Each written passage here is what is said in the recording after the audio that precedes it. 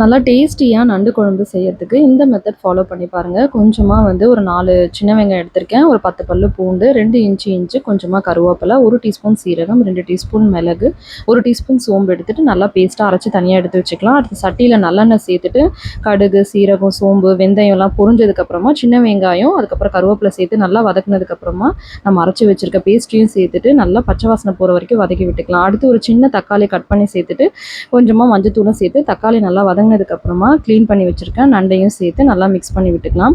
அடுத்து மசாலா பொடியெல்லாம் சேர்த்துக்கலாம். வீட்டில் அரைச்ச மிளகாத்தூள் 2 teaspoon, 1 teaspoon Kashmiri chilli powder, 2 teaspoon தனியாத்தூள் சேர்த்துருக்கேன். தேவையான அளவுக்கு உப்பு சேர்த்துட்டு நல்லா மிக்ஸ் பண்ணி விட்டுக்கலாம். எப்பயுமே நண்டு செய்யும் போது நல்லா அகலமான பாத்திரத்தில் செஞ்சோம் அப்படின்னா சமைக்கிறதுக்கு ஈஸியாக இருக்கும். குழம்புக்கு தேவையான அளவுக்கு நல்லா தண்ணி ஊற்றிட்டு நல்லா ஒரு 10 நிமிஷம் வந்து நண்டை வந்து வேக விட்டுடலாம். சீக்கிரமாகவே நண்டு வந்து வெந்துடும். கடைசியாக 1/4 கப்பு தேங்காய் வந்து நல்லா பேஸ்ட்டாக அரைச்சி அதையும் வந்து கடைசியாக வந்து சேர்த்துக்கலாம். ஒரு தேங்காய் சேர்த்துட்டு ஒரு 2 மினிட்ஸ் கொதிக்க விட்டால் போதும். கடைசியாக கருவேப்பிலை கொத்தமல்லி இலை சேர்த்துட்டு ஸ்டவ் ஆஃப் பண்ணோம் அப்படின்னா சூப்பரான நண்டு குழம்பு ரெடி.